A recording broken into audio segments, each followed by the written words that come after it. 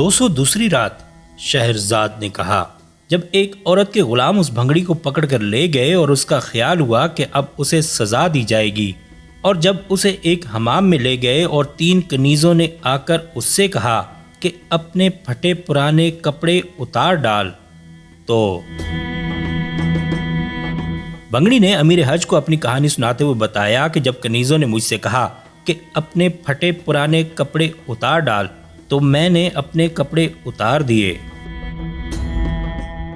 اب ان میں سے ایک کنیز میرے پاؤں ملنے لگی اور دوسری نے سر دھونا شروع کیا اور تیسری کے ہاتھ میرے بدن کی مالش کرنے لگے۔ نہلانے دھلانے سے فارغ ہو کر انہوں نے میرے آگے پہننے کے کپڑوں کا ایک تھیلا رکھ دیا اور بولی کہ انہیں پہن لے۔ میں نے کہا کہ خدا گواہ ہے کہ میں نہیں جانتا کہ یہ نفیس اور عمدہ کپڑے کس طرح پہنے جاتے ہیں۔ اس پر انہوں نے مجھے وہ کپڑے پہنائے اور برابر میرا مذاق اڑاتی رہیں۔ اس کے بعد گلاب پاش لا کر مجھ پر گلاب چھڑکا اور میں ان کے ساتھ وہاں سے نکل کر ایک دوسرے کمرے میں پہنچا جہاں ایسے نقش و نگار اور فرش و فروش تھے کہ ان کی خوبی مجھ سے بیان نہیں ہو سکتی۔ اب میں نے دیکھا کہ ایک خیزران کا تخت بچھا ہوا ہے اور اس پر ایک عورت بیٹھی ہے۔ تخت کے پائے ہاتھی دانت کے ہیں اور اس عورت کے آگے بہت سی کنیزیں کھڑی ہوئی ہیں۔ اس عورت نے مجھے دیکھا تو کھڑی ہو گئی اور مجھے اپنے پاس بلایا۔ میں قریب پہنچا تو اس نے کہا کہ بیٹھ اور میرے برابر بیٹھ۔ میں اس کے پہلو میں بیٹھ گیا۔ اس نے کنیزوں کو حکم دیا کہ کھانا لائیں اور وہ میرے لیے ایسا نفیس اور اتنی قسم کا کھانا لائیں جن کا نہ میں نے عمر بھر کبھی نام سنا تھا، نہ ان کی گنتی مجھے یاد ہے۔ میں نے خوب سیر ہو کر کھانا کھایا اور جب کھانا بڑھایا گیا اور ہم ہاتھ دھو چکے تو اس نے میوے منگوائے، وہ بھی فوراً حاضر کیے گئے اور ہم دونوں نے نوشے جان کیے۔ میووں سے بھی فراغت پائی تو اس نے ایک کنیز سے کہا کہ شراب نوشی کا سامان لا اور وہ جا کر مختلف رنگوں کی کوئی چیز لے آئی۔ طرح طرح کی خوشبوئیں انگیٹھیوں میں جلائی گئیں اور ایک چاند سی کنیز ہمیں شراب پلانے اور گانے بجانے لگی، یہاں تک کہ میں اور مکان کی مالکہ جو بیٹھی ہوئی تھی دونوں مدہوش ہو گئے۔ میں خیال کر رہا تھا کہ میں خواب دیکھ رہا ہوں کہ اس نے بعض کنیزوں سے کہا کہ فلاں کمرے میں ہمارے لیے فرش بچھاؤ۔ وہ جا کر وہاں فرش بچھا آئی۔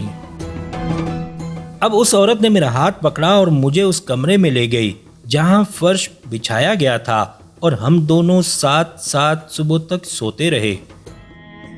جب میں اسے سینے سے لگاتا تو اس سے مشک اور عطر کی خوشبو آتی اور مجھے ایسا معلوم ہوتا کہ میں جنت میں ہوں یا خواب کی کیفیت طاری ہے۔ سویرا ہوا تو اس نے پوچھا کہ تیرا مکان کہاں ہے؟ میں نے جواب دیا، فلاں محلے میں۔ اس کے بعد اس نے مجھے رخصت کیا اور ایک رومال دیا جس پر سونے چاندی کا کام تھا اور اس میں کچھ بندھا ہوا تھا، اور کہنے لگی کہ یہ تیرے حمام جانے کا خرچ ہے۔ میں خوش ہو گیا اور اپنے دل میں کہنے لگا کہ اگر اس میں 5 سکے بھی ہوں گے تو وہ میرے آج کے ناشتے کے لیے کافی ہوں گے۔ اب میں اس کے پاس سے نکلا، گویا جنت سے باہر آیا اور اپنی جھونپڑی میں پہنچ کر رومال کھولا تو دیکھا کہ اس کے اندر 50 مسکال سونا ہے۔ میں نے اسے زمین میں گاڑ دیا اور 2 فلوس کی روٹی اور سالن خرید کر ناشتہ کرنے دروازے پر بیٹھ گیا اور سوچنے لگا۔ اسی حالت میں عصر کا وقت آ گیا۔ اتنے میں ایک کنیز آئی اور کہنے لگی کہ میری مالکہ تجھے بلاتی ہے۔ میں ڈیوڑی کے دروازے تک اس کے ساتھ گیا اور وہ اندر جا کر اجازت لائی۔ میں نے مکان میں داخل ہو کر اس کے آگے زمین کو بوسہ دیا۔ اس نے مجھ سے کہا کہ بیٹھ اور کھانا اور شراب منگوائی۔ کھانا پینا ہنسی مذاق ہوتا رہا اور پھر گزشتہ رات کی طرح اس کے ساتھ سو گیا۔ جب سویرا ہوا تو اس نے مجھے ایک اور رومال دیا جس میں 50 مسکال سونا تھا۔ میں نے اسے بھی لے کر اپنی جھونپڑی میں دفن کر دیا۔